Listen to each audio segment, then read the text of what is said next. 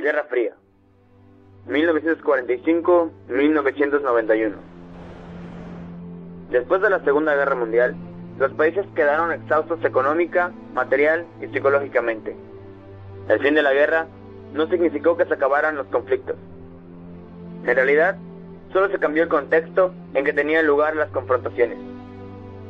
Al finalizar la guerra, se definieron dos bloques antagónicos, que se combatían a nivel de la economía, la propaganda y localmente por medios militares. Las grandes potencias, Estados Unidos y la Unión Soviética, mantuvieron sus conflictos en un nivel bastante controlable, en una situación de guerra no declarada, denominada Guerra Fría. Esta guerra comenzó a definirse como tal a partir de la finalización de la Segunda Guerra Mundial en 1945 y duró hasta la caída del bloque soviético en 1991. Cada una de estas dos superpotencias tenía una economía distinta: Estados Unidos capitalista, la URSS comunista, y un sistema político distinto: Estados Unidos democrático y la URSS totalitario.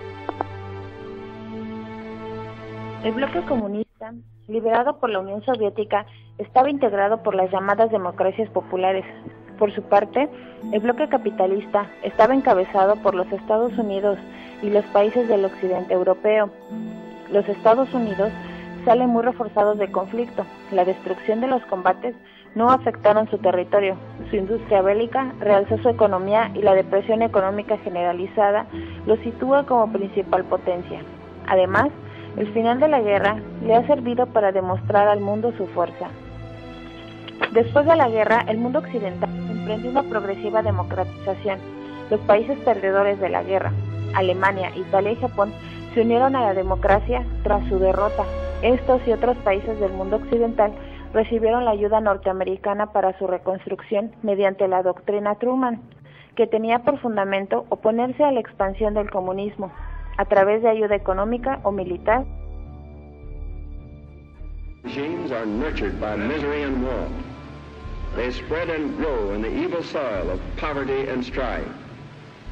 They reach their full growth when the hope of a people for a better life has died. We must keep that hope alive. The free peoples of the world look to us for support in maintaining their freedoms. If we falter in our leadership, we may endanger the peace of the world, and we shall surely endanger the welfare of the event. I therefore ask the Congress to provide authority for assistance to Greece and Turkey in the amount of $400 million for the period ending June 30th, 19... Poniendo en marcha el Plan Marshall, que era un programa económico destinado para la reconstrucción de Europa. The whole situation is critical in the extreme. We happen to be,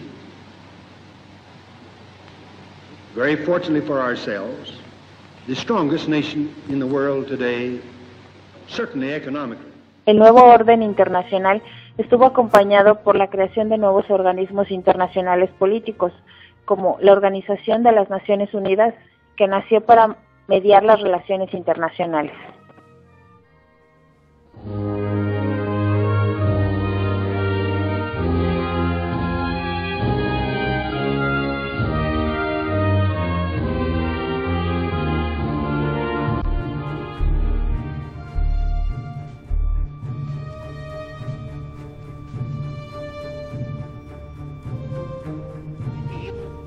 In the Baltic, to Trieste in the Adriatic, an iron curtain has descended across the continent.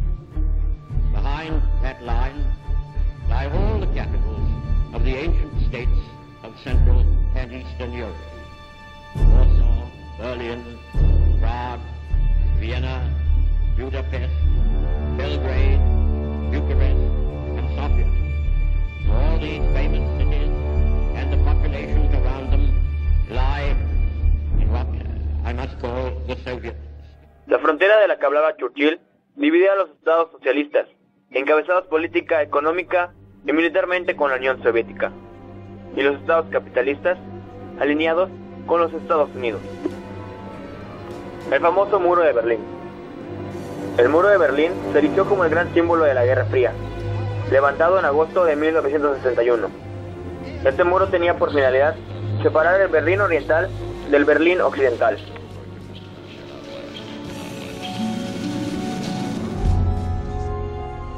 Los principales escenarios de la Guerra Fría. El enfrentamiento entre Estados Unidos y la Unión Soviética tiene lugar en varios escenarios. Uno de ellos es Corea, y más tarde se hará en Vietnam. Durante el gobierno de Kennedy se presenta una grave crisis, con motivo del despliegue de misiles soviéticos en Cuba en el año de 1962. Ambas potencias competirán entre sí, no solo por establecer su supremacía sobre la superficie terrestre, sino también sobre el espacio exterior, iniciando una carrera espacial que llevó a los norteamericanos a pisar por primera vez la Luna.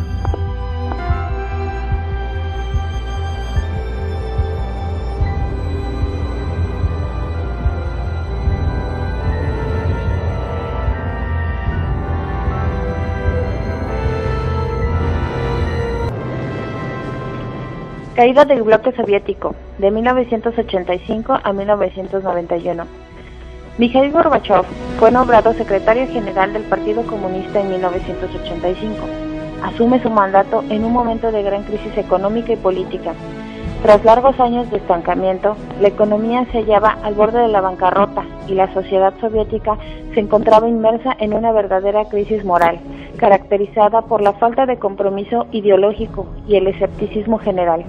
Era imposible que la URSS manteniera por más tiempo la ficción de paridad con los Estados Unidos, por lo cual llevó a cabo dos reformas: la perestroika, reforma económica que sustituía la economía planificada, es decir, comunista, por una economía de mercado, capitalista, y una reforma política para instaurar la democracia.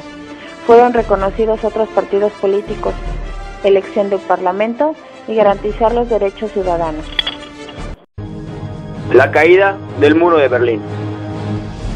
Después de que la Unión Soviética expresó al mundo el comienzo de sus reformas al régimen socialista, se inició una ola de protestas, de movimientos sociales que acabaron por transformar el bloque socialista, hasta casi desaparecerlo. Entre los países que protestaron en contra de su sistema de gobierno y en contra de la división, estuvo la República Democrática Alemana.